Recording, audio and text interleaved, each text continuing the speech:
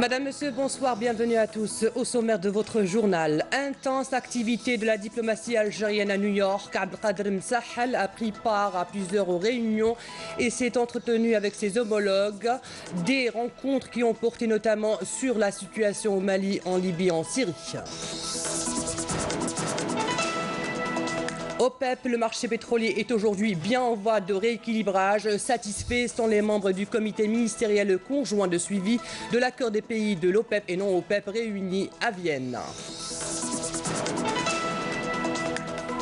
Nous parlerons également dans notre journal de l'industrie un investissement familial à Sidi Bel Abbès. Les Hasnaoui ont misé sur plusieurs secteurs d'activité de production.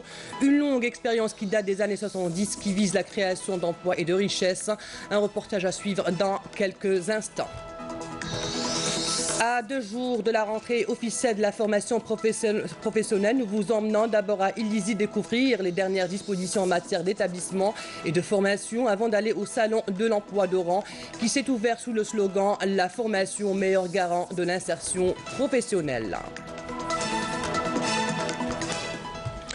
Tout d'abord, le président de la République, Abdelaziz Bouteflika, a adressé un message de félicitations à son homologue malien Ibrahim Boubacar Keïta à l'occasion du 57e anniversaire de la proclamation de la République du Mali, dans lequel il lui a renouvelé l'intérêt particulier qu'il accorde à la mise en œuvre effective de l'accord de paix et de réconciliation au Mali issu du processus d'Alger. Le plan d'action du gouvernement sera présenté par le Premier ministre Ahmadou Yahya dimanche prochain au niveau du Conseil de la Nation pour débat et adoption. Hier et avant l'adoption du plan d'action du gouvernement, le Premier ministre Ahmadou Yahya avait répondu en séance plénière aux interrogations des députés de l'Assemblée populaire nationale. Voici la synthèse de ses réponses avec Nejma Haracha. Le Premier ministre a accordé un intérêt particulier au financement non conventionnel en exposant les données financières et économiques de cette mesure. Une mesure justifiée entre autres par l'augmentation de l'inflation à des niveaux élevés, le recul du pouvoir d'achat du citoyen et la dépréciation de la valeur de la monnaie nationale. Ahmadou Yahya n'a pas défini la valeur effective de la masse monétaire qui sera injectée dans l'économie nationale. Il a par contre indiqué que le gouvernement se dirigera d'année en année jusqu'en 2022 vers la réduction de la valeur de ce financement par la Banque centrale en vue d'améliorer la gestion et réaliser l'équilibre budgétaire. S'agissant des appréhensions concernant le recours du gouvernement à l'impression des billets de banque, Ahmadou Yahya a rassuré que la masse monétaire dont dispose le pays n'équivaut pas à la valeur des réserves de change qui est estimée à 14,5 milliards de dinars.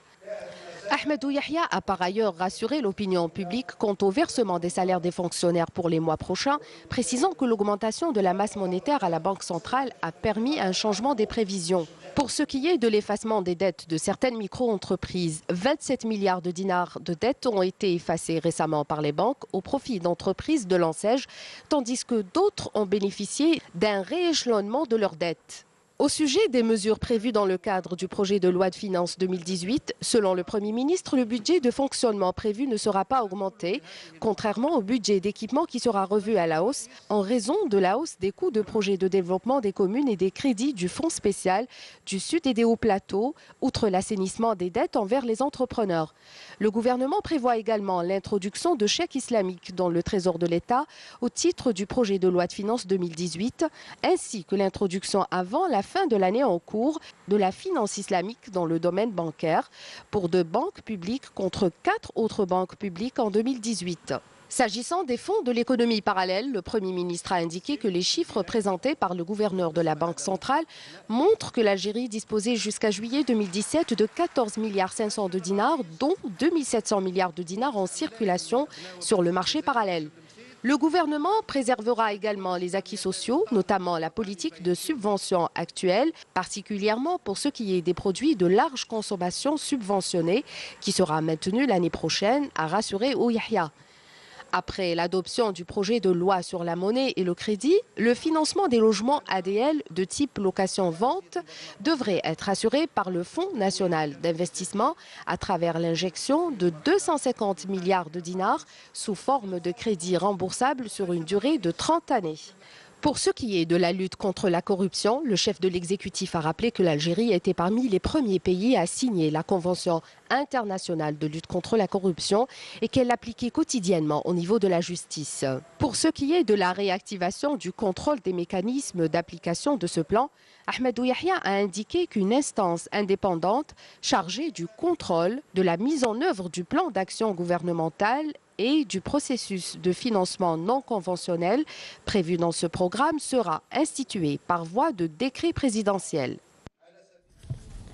Le Premier ministre Ahmed Yahia a reçu aujourd'hui une communication téléphonique de son homologue français Édouard Philippe. L'entretien a notamment permis aux deux responsables de se féliciter du renforcement continu des relations d'amitié et de coopération entre l'Algérie et la France sous la haute direction des présidents Abdelaziz Bouteflika et Emmanuel Macron. Les deux premiers ministres ont également abordé les préparatifs en cours devant aboutir en décembre prochain à la réunion à Paris sous leur coprésidence de la 4e session du comité intergouvernemental de haut niveau en charge de la coopération entre les deux pays.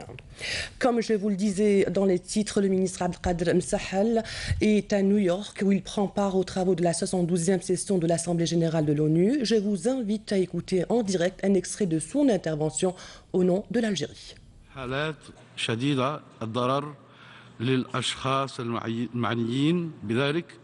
فضلا عن الدول التي تواجه هذه الظاهرة وحيث أن موقعها الجغرافي يجعلها في مواجهة تدفقات الهجرة غير الشرعية وبعد أن كانت بلد مصدر وعبور أصبحت.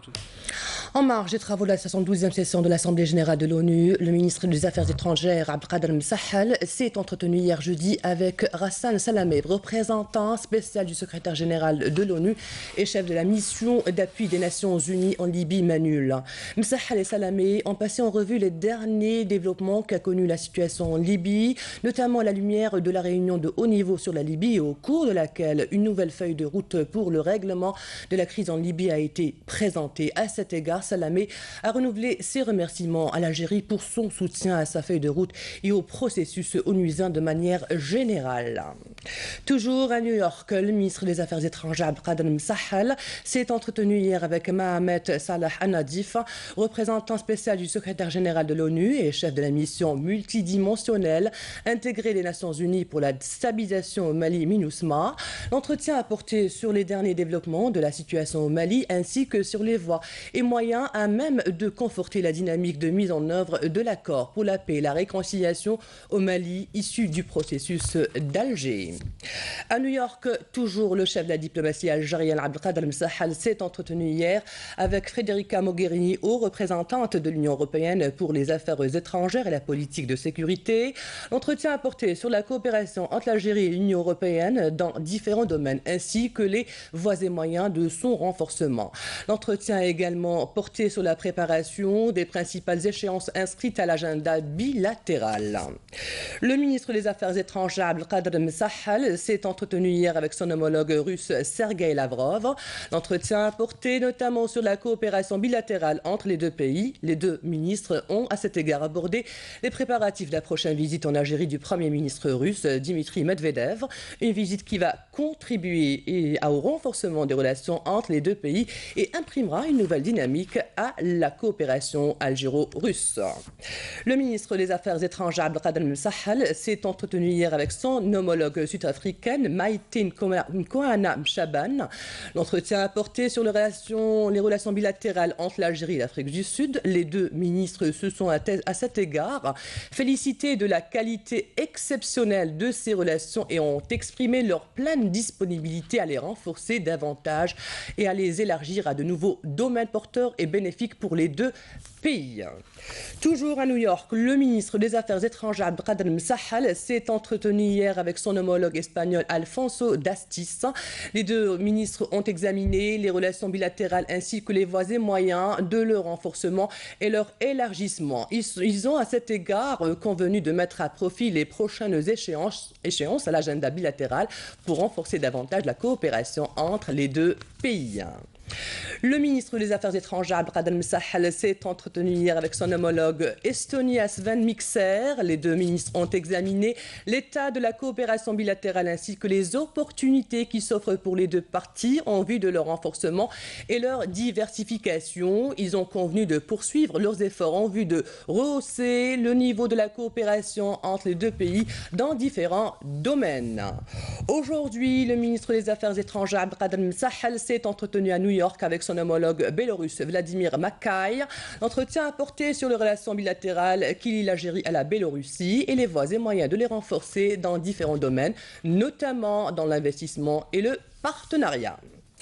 Le chef de la diplomatie algérienne Abdelkader Msahal s'est entretenu hier avec Luis Alberto Sanchez, ministre du Gaz de Bolivie. L'entretien a porté notamment sur le prochain sommet du Forum des pays exportateurs du gaz qui se tiendra en Bolivie en novembre prochain. Dans le même temps, Msahal et Sanchez ont examiné les voies et moyens de renforcer la coopération énergétique entre les deux pays qui recèlent d'importantes potentialités et qui ouvrent de nombreuses opportunités de coopération. À New York toujours, le ministre des Affaires étrangères Abdelkader Msahal a pris part aujourd'hui aux travaux de la 41e réunion des ministres des Affaires étrangères du G77 plus la Chine qui a porté sur l'application de l'agenda 2030 des Nations Unies sur le développement durable. OPEP, comme annoncé dans les titres satisfaits, sont les membres du comité formé par l'OPEP et ses partenaires. Ce comité qui s'est réuni aujourd'hui à Vienne est chargé du suivi de l'impact de la limitation de production décidée suite à l'accord d'Alger. Le marché est aujourd'hui manifestement bien en voie de rééquilibrage. Voici le compte rendu de cette réunion avec notre envoyé spécial Afaf Belhouchet. Nous sommes sur la bonne voie. Il y a maintenant plus de lumière au bout du tunnel. Une déclaration du ministre koweïtien du pétrole, Essam El Marzouk, qui préside le comité formé par l'OPEP et ses partenaires chargé du suivi de l'impact de la limitation de production décidée suite à l'accord d'Alger. En effet, 9 mois après cette entente, le Brent brut a clôturé à 56,43 $ le baril hier soir, soit son plus haut niveau depuis février, d'où la nécessité de maintenir le rythme, a estimé le ministre russe de l'énergie, et celle d'élaborer une stratégie pour l'avenir que nous devons pleinement respecter à partir d'avril 2018, a-t-il déclaré. Il a été donc question de voir un peu le travail qui a été fait par les commissions et les sous-commissions. Le marché pétrolier a été passé en revue et nous sommes satisfaits parce que le taux de réduction a été respecté, il est même dépassé puisqu'il est à 116%. Vous savez, comme l'Algérie a été l'initiateur de cet accord, c'est un accord historique. Où l'Algérie a initié l'Algérie et qui continue, l'engagement de l'Algérie continue dans cet accord. De son côté, le secrétaire général de l'OPEP a estimé que les chiffres confirment au-delà du doute raisonnable que le rééquilibrage du marché est engagé, sans évoquer l'éventualité de la prolongation de l'accord à l'origine de cette stabilisation. Le plus important, c'est de garder et d'aller vers la réduction à 100% pour certains pays et de voir en novembre quelles seraient les propositions qui sont faites, suivant la situation et suivant le marché pétrolier, comment il va évoluer. Et tout dépend de la fluctuation du marché pétrolier. Une question qui sera au cœur de la réunion en novembre prochain des ministres de l'Organisation des pays exportateurs du pétrole qui applique cette réduction et ses partenaires producteurs non membres de l'OPEP. Coopération algéro-chinoise est dans le cadre de sa visite en Chine à la tête d'une importante délégation composée d'opérateurs économiques. Le ministre de l'Agriculture, du Développement rural et de la Pêche, Abdelkader Bouazgui, a signé avec son homologue chinois des accords de coopération qui ont porté sur la préservation des ressources naturelles et agricoles et celle de la santé animale.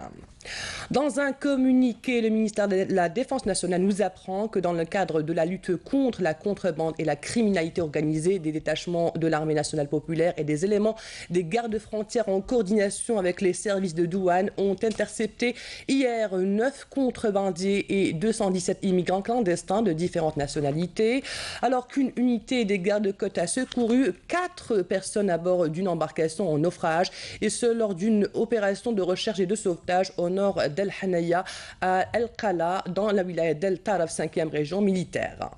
À Tlemcen, 2e région militaire, des éléments de la gendarmerie nationale ont saisi 2 kg de kiff traité tandis que plus de 3000 paquets de tabac et 750 unités de différentes boissons ont été saisies à El Oued, Gardaya et Biskra, 4e région militaire. D'autre part, des unités de garde-frontières ont déjoué à Soukhara Stebessal, Taraf, 5e région militaire, des tentatives de contrebande de plus de 16 000 litres de carburant. Sahara occidental, les présidents de l'Afrique du Sud, du Zimbabwe et de Sao Tomé et Principe ont lancé à l'ONU un appel à mettre fin à l'occupation coloniale du Sahara occidental et de la Palestine, réitérant la responsabilité du Conseil de sécurité vis-à-vis des peuples sahraouis et palestiniens. Formation professionnelle. La rentrée est fixée pour ce dimanche 24 septembre. Le secteur s'attelle dans la diversification des offres de formation à même de répondre aux soucis de la moderniser et de la mettre au diapason des besoins du développement de l'économie nationale, comme c'est le cas dans la wilaya d'Ilizi où des formations destinées à la femme au foyer sont au programme. Badia Amarni. Le secteur de la formation et de l'enseignement professionnel à Ilizi propose une panoplie de spécialités aux jeunes afin d'opter pour un métier qui leur permettra de se frayer une place dans le monde du travail. Je lance un appel à la jeunesse de Borj Omar Driss pour rejoindre les centres de formation professionnelle. L'occasion leur est encore donnée pour suivre une formation et apprendre un métier et avoir une place dans la vie active.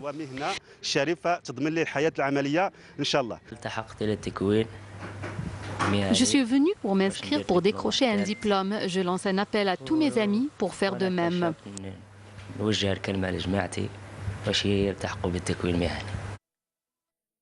Lors des journées portes ouvertes sur la formation et l'enseignement professionnel, le centre de Borj Omar Driss a présenté ses nouvelles spécialités, dont 2 pour la femme au foyer, notamment au niveau d'Ouhent.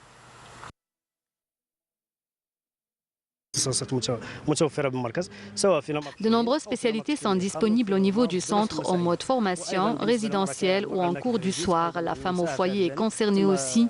Des spécialités suivant son niveau d'éducation sont introduites.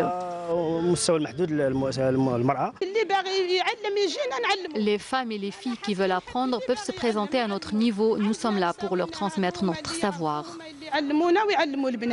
Un engouement des jeunes est enregistré lors des inscriptions dans les diverses spécialités dans le secteur de la formation professionnelle à Ilizi, qui a réceptionné de nouvelles infrastructures alors que d'autres sont en voie d'achèvement. Emploi, la formation, meilleur garant de l'insertion professionnelle. C'est dans cette optique que s'est ouvert le salon passerelle entre demandeurs d'emploi et employeurs dans la wilaya d'Oran. Il s'agit d'une véritable opportunité pour ceux qui sont à la recherche d'un emploi, vu le nombre élevé des entreprises présentes à ce rendez-vous. Camélia Melal. Ils étaient nombreux à vouloir dénicher un travail. Munis de CV et de lettres de motivation, ces jeunes demandeurs d'emploi n'ont pas manqué l'occasion du salon, passerelle entre demandeurs d'emploi et employeurs pour saisir les opportunités de travail proposées et pourquoi pas tomber sur une bonne offre. C'est une bonne chose. Ça nous permet de rencontrer des chefs d'entreprise qui proposent un poste de travail. Et aujourd'hui, j'ai eu la chance de dénicher un stage. Nous nous sommes rapprochés pour voir les propositions d'emploi qu'offre ce salon. En plus du recrutement, on fait un travail d'orientation au profit des jeunes. On les conseille parce qu'ils sont fraîchement diplômés. Ils n'ont pas suffisamment de connaissances du monde du travail. Nous accueillons même des jeunes qui veulent créer leur propre micro-entreprise. Des ateliers thématiques sur la manière de surmonter les obstacles généralement rencontrés par les postulants à l'emploi sont au programme des 2 journées de cet événement. Industrie et direction Sidi Belabès. On s'intéresse dans cette édition au Hasnaoui, un groupe familial qui s'est investi dans la réalisation d'un complexe industriel de différentes activités de production, du bâtiment, des matériaux de construction, la menuiserie du bois et de l'aluminium jusqu'à l'agriculture et l'hydraulique. Autant de secteurs de services qui ont hissé le développement local à hauteur de 40%. Regardez, c'est un reportage de Nejma Harch.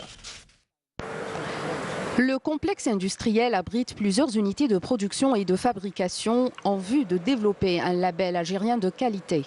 Spécialisée dans le système de menuiserie d'aluminium, cette unité produit une gamme qui se démarque par son design, ses finitions et ses performances, avec une capacité de production de 220 tonnes par mois. On fait de l'extrusion de profilés en aluminium avec tous les différents traitements possibles pour le profilé, notamment le laquage en blanc, le laquage en couleur, l'anodisation et l'effet bois. Donc on essaie de rapporter un produit de valeur ajoutée qui était au préalable importé à 100% pour un produit profilé haut de gamme. Aujourd'hui on a essayé d'intégrer en délocalisant une unité d'Espagne pour produire localement le profilé en aluminium. Toujours dans la menuiserie industrielle, une autre unité de fabrication de portes avec 2 lignes de production. Des portes homologuées conformes aux normes internationales. Nous fabriquons ici des portes qui ont la même qualité que des produits d'importation. Ce qu'il faut savoir, c'est qu'on a la plus grosse capacité de production nationale, qui est environ de 400 portes jour sur les 8 heures, avec une main-d'œuvre 100% algérienne, qui a été formée ici. C'est des produits qui sont de qualité européenne, mais faits en Algérie. Une première en Algérie, l'unité de BTP pour la fabrication industrielle de mortiers prêts à l'emploi, utilisant des sables de carrière à des fins de crépissage et de maçonnerie. Chaque année, l'unité produit 100 000 tonnes de mortiers. Derrière cet empire familial créé au début des années 70 se cache un profil hors du commun, un entrepreneur passionné par les challenges, au parcours exceptionnel et aux distinctions honorifiques. On a commencé un petit peu dans les travaux hydrauliques, puis on s'est étendu un petit peu aux travaux publics et bâtiments.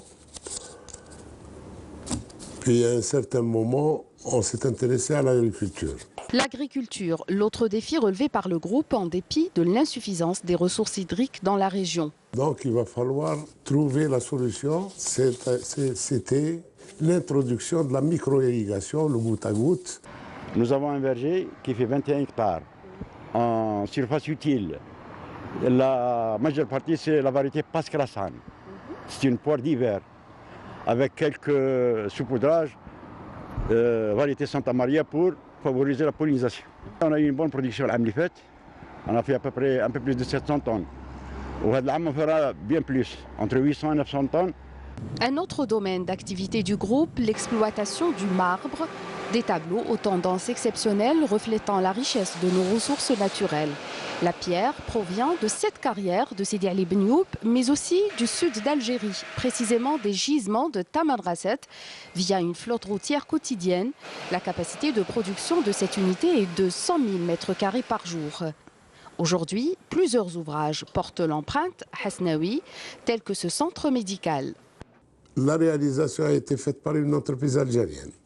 Les matériaux utilisés sont nos matériaux, mais il n'a rien à envier à n'importe quel centre à l'international. Pourvoyeur d'emploi et de richesse, le groupe familial emploie un effectif de plus de 3500 personnes. Une entreprise citoyenne déployant toutes ses compétences et son savoir-faire au service du développement régional et de l'économie nationale. Place maintenant la santé. Une équipe de chirurgiens américains, français et italiens de haut niveau est actuellement à l'hôpital de Ben Aknoun pour effectuer des consultations, mais également des interventions chirurgicales. Ces opérations concernent une dizaine d'enfants souffrant de paralysie du membre supérieur survenue lors d'un accouchement difficile. Regardez, c'est un reportage de Amal Bouarba.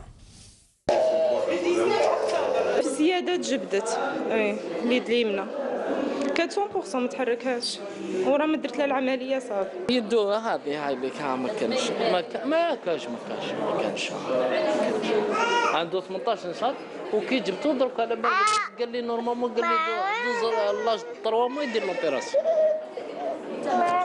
ما كاش لي وجه ديتو بارتو. Ces enfants en bas âge souffrent de paralysie des membres supérieurs survenue suite à un accouchement difficile. Dans ce genre de cas, la chirurgie reste l'ultime recours pour réparer ces séquelles. Une intervention de pointe réalisée à l'hôpital de Benaknoun sous la houlette du professeur Abdelrahman Ben Bouzid. Durant 3 jours, une quinzaine d'enfants issus de différentes wilayas du pays est consultée et opérée par une équipe de chirurgiens américains, italiens et français. Nous prélevons le nerf dans la jambe. Alors ça saigne plus, ça prend plus de temps opératoire, ça prend plus d'instruments. S'il y a des complications, elles surviennent beaucoup plus souvent quand l'intervention est de longue durée. Et la cicatrice est absolument vilaine.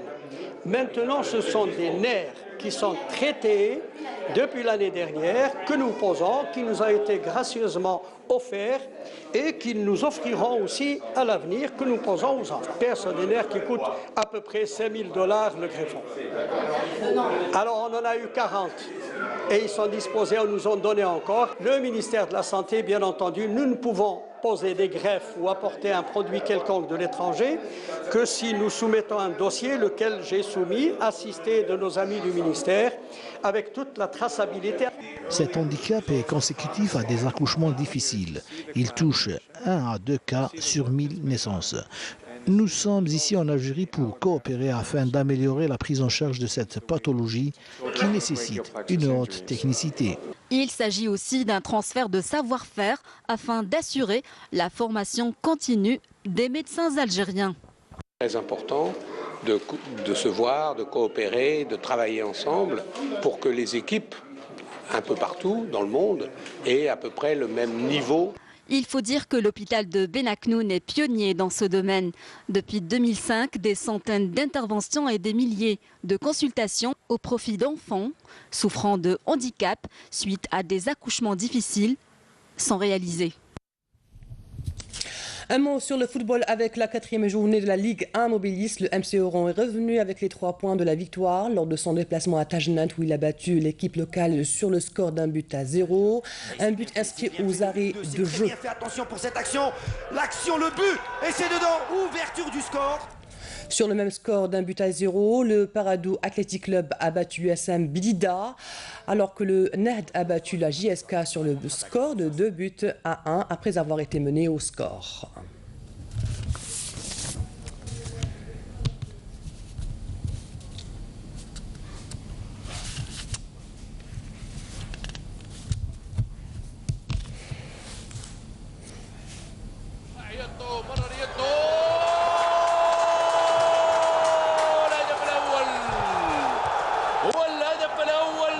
شكل ركنية هذه المرة لصالح النصرية الراسية ضربة جزاء في حدود الدقيقة 35 قاسمي وبولطيكو يتفوق قاسمي الثابتة الركنية الدائرية الراسية ولكن للكرات الثابتة وللركنيات الأخطاء والهدايا Quart de finale retour de la Ligue des champions africaine de football. L'USM Alger accueillera le club mozambicain Ferroviário de Beira demain samedi à 18h30 au stade du 5 juillet avec l'ambition de gagner, même si un score de 0 partout lui assurerait quand même la qualification à la faveur du résultat du match aller 1-1. La seule appréhension pour les Algérois, c'est une éventuelle dégradation de la pelouse du 5 juillet dont c'était déjà plein le MC Alger en accueillant le club africain de Tunisie en quart de finale aller de la Coupe de CAF. Vous pourrez suivre ce match demain sur la chaîne terrestre de la télévision nationale. Et en raison de la retransmission de cette rencontre sur votre petit écran, le journal de la rédaction arabophone de 20h du samedi 23 septembre vous sera présenté exceptionnellement après la fin de cette rencontre. Et voici maintenant le rappel des titres. Intense activité de la diplomatie algérienne à New York. Abdelkader Msahel a pris part à plusieurs réunions et s'est entretenu avec ses homologues. Des rencontres qui ont porté notamment sur la situation au Mali, en Libye et en Syrie. OPEP, le marché pétrolier est aujourd'hui bien en voie de rééquilibrage. Satisfaits sont les membres du comité ministériel conjoint de suivi de l'accord des pays de l'OPEP et non OPEP réunis à Vienne. Nous avons également parlé de l'industrie, un investissement familial à Sidi Bel Abbès. Les Hasnaoui ont misé sur plusieurs secteurs d'activité de production. Une longue expérience qui date des années 70, qui vise la création d'emplois et de richesses. Un reportage que vous avez suivi. Et à 2 jours de la rentrée officielle de la formation professionnelle, nous vous avons emmené à Illizi découvrir les dernières dispositions en matière d'établissement et de formation. Et puis au salon de l'emploi d'Oran qui s'est ouvert sous le slogan « La formation, meilleur garant de l'insertion professionnelle ». C'est la fin de cette édition préparée par la rédaction de Canal Algérie. Merci à vous de l'avoir suivi. À demain, bonne soirée et bonne année.